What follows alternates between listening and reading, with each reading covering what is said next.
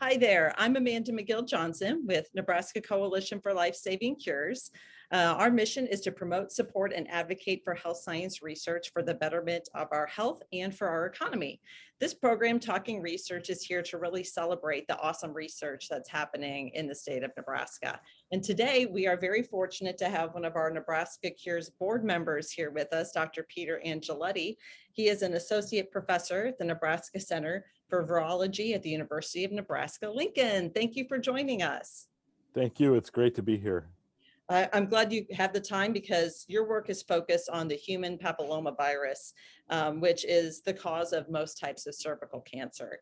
I think that a lot of people do know that there is a link between HPV and cervical cancer, but they might not understand what actually happens in the body to develop cancer. I mean, getting HPV doesn't automatically mean that you're going to get cancer. So can you speak to me about how likely a woman is to get cervical cancer if they've had HPV? Yeah, it's a great question. And you're right. I mean, there's a lot of misunderstanding about HPV. First off, I'll start off with a couple of statistics that will put things set the place for this story. So there are at least 200 different types of HPV, okay? And about 16 of those types of HPV can cause cancer, okay? The other statistic is about 80% of adults will have had a genital HPV infection at some point in their lifespan, right? Most people, as you alluded to, most people will not get cancer from that infection, nor will they show signs of infection. Okay, so that is to say that a normal functioning immune system will control the infection. Okay, so it's less than 1% of people that will actually develop cancer from the infection. Okay. Okay. So now that we have a better understanding, kind of lay of the land with that piece, talk to me about the microbiome. Yes. That's a word that's becoming more common, but even I have trouble wrapping my head around what exactly that means. Yeah, so, we understand that HPV is the primary cause of cervical cancer. And, the data says that 99% of cervical cancers are HPV positive. But what we don't know is the other factors that influence that process, right? And so, lately there's been a lot of interest in the potential role of bacteria in kind of creating the conditions that cause HPV to thrive, okay? And so what we can really think about this as the word is dysbiosis, okay? So that is like abnormal microbiome in the cervix, right? And so really what we're talking about here is bacteria that promote inflammation. That seems to be the connection. And it turns out the certain cytokines that are produced during inflammation promote HPV replication. So that's the short story on that, yeah. Okay, so talk to me a little bit about how your research is conducted or what you've been able to figure out through what the work you've done. Right. So, the work that we're doing is in Sub-Saharan Africa, and this is a large collaboration with Charlie Wood and John West and several other people at UNMC, and then also our collaborators in Tanzania. So there's a lot of people involved.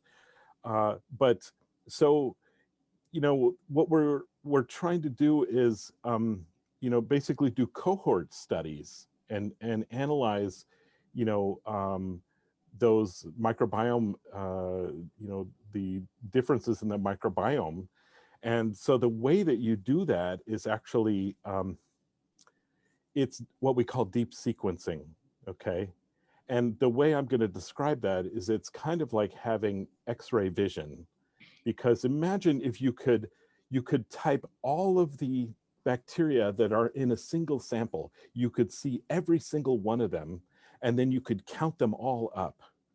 So I can know which bacteria are there, and then we can do statistics and analyze which bacteria are associated with the worst outcomes in terms of, dysplasias.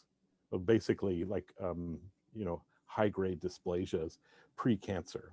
Okay, so that's what we're doing over there, and yeah, it's tremendously challenging work to do.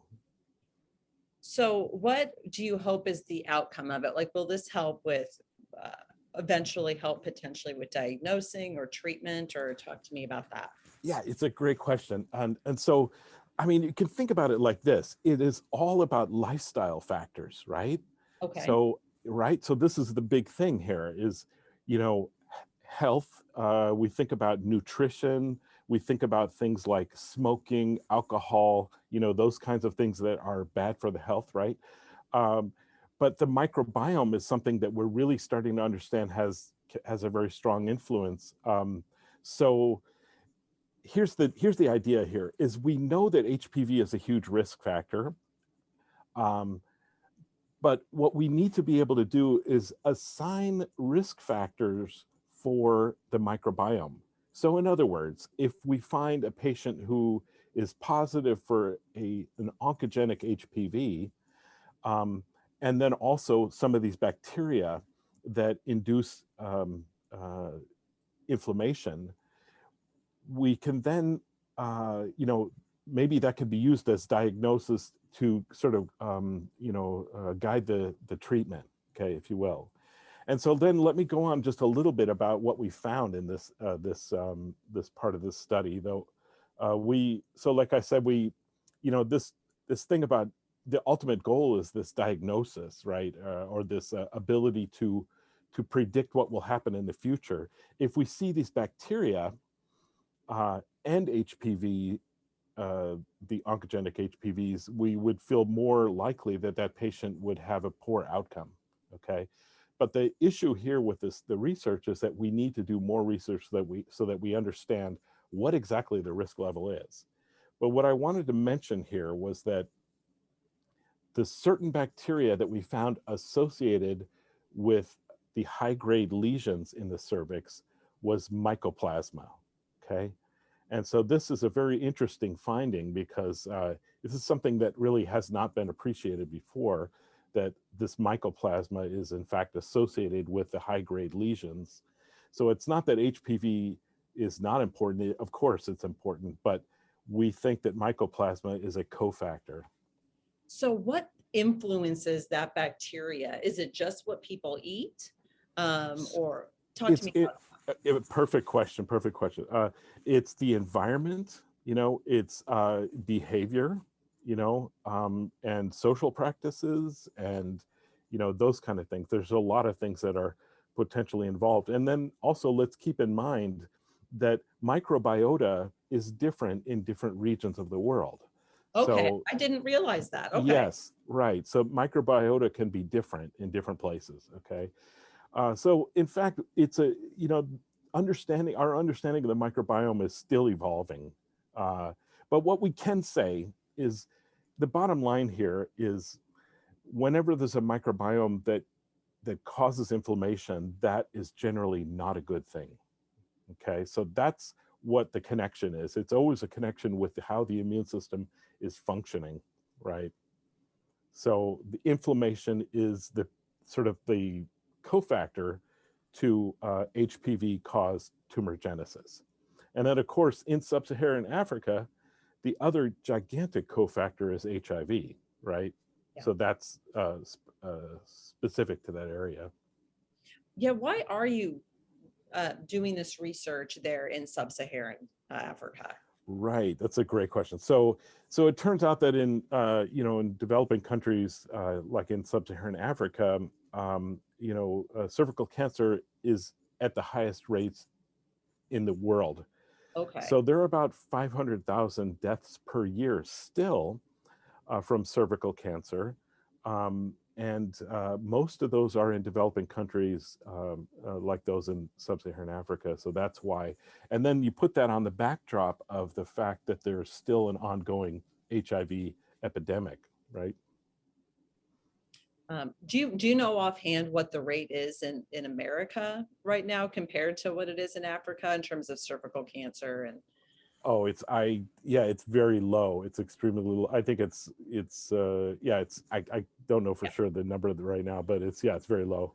very low comparatively, but hopefully there would still be some lessons to be learned. I mean, as we're And discovering the microbiome and that's the big thing there, which is that in Western countries, Europe and the U.S., we have Pap smear surveillance mm, that's common, right?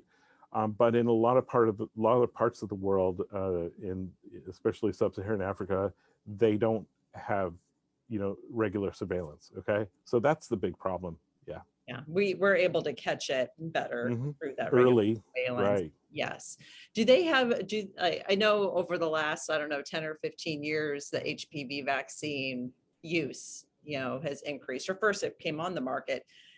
Is there access to that in Africa? So it has been increasing, and there are a lot of NGOs that have worked to really improve the access to the Gardasil, the HPV vaccine. But the problem is that there are so many rural areas that it's just not easy to get access to people. Communication is not so good, in the central part of Tanzania and these outlying areas. So that's a problem. The other thing is COVID has really disrupted a lot of those kinds of activities. So we really have to start over with regard to that kind of thing. Is like pushing vaccination. Um, yeah, so it's a really good point. What does your research look like on that day-to-day basis? I'm assuming you have folks over there who are, doing the hands-on work. Right. So it's amazing. It's so hard to I have a lot of slides to describe this, but there's so many people involved. First off, you have to be really good with people to do this kind of work, because we have to have partnerships with people in Tanzania that are going to help us with everything. That is, like, starting from the point of recruiting patients who want to participate, collecting samples, processing the samples, doing some of the analyses there, and then it's Zoom calls, and meetings biweekly, that kind of thing. So it is a lot to expect from your collaborators to do this, but we've been fortunate. We've had some extraordinary people working with us on this, and you really get the feeling that they are in this to help their country, which is wonderful. That's the feeling you get. And it also makes me feel like the more I got into this work, I really felt like this is a huge calling, because there's so much to do. There's so much work ahead. And there are lots of different types of cancers that show up in sub-Saharan Africa that we just don't see in the US. Yeah, what did just spark your interest in this whole career path? Starting Yes. when you were younger, even. Well, that's a great question. Yeah. So it all started when I was an undergraduate at UCLA, and I just happened to find a job it was a work study job in a virology laboratory. Really? And so that's what got me started down this road. And once I got, going and started looking at viruses, I was fascinated by that. And then I started working with HPV. This is more than 20 years ago. And so, I've been in the DNA tumor virus field for 30 years now, ever since I was an undergrad. But yeah, it's been wonderful. And I'm fascinated by all of it. And it has, a lot of relevance to human health. And I'll give you one little statistic on this, is that the latest estimate is that 15% of human cancers are caused by viruses, right? Really? Okay. So there's a lot out there that needs to be studied. And just for example, I mean, HPV causes oral cancers, right? So 80% of tonsillar cancers are HPV positive. I had no idea. Yep. Fascinating. Yep. There you go. So you touched on this a little bit, but how has the pandemic impacted your work? So yeah, it's like I said, with it has affected all of the vaccine efforts, and then yes, we had to stop recruiting patients for quite a while in both of the studies that I'm doing, and and then it's been slow to get things back up and running again. The other thing is I have not been able to visit Africa, since 2019. So it's been really challenging in that way. Do you have plans to go back? We'll see. And as soon as the ban is lifted, hopefully we can get back. But yes, all of that has disrupted everything.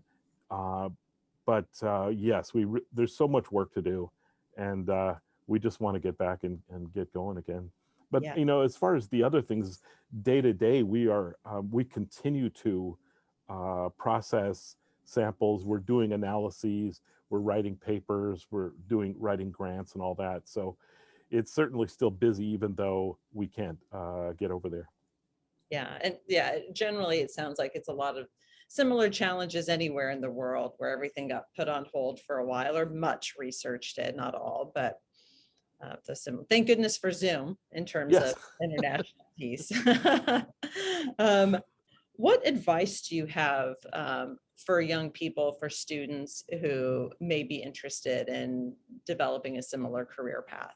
Yeah, and I teach some big classes like intro biology courses, and I pose them with that kind of question about what is it that you want to do.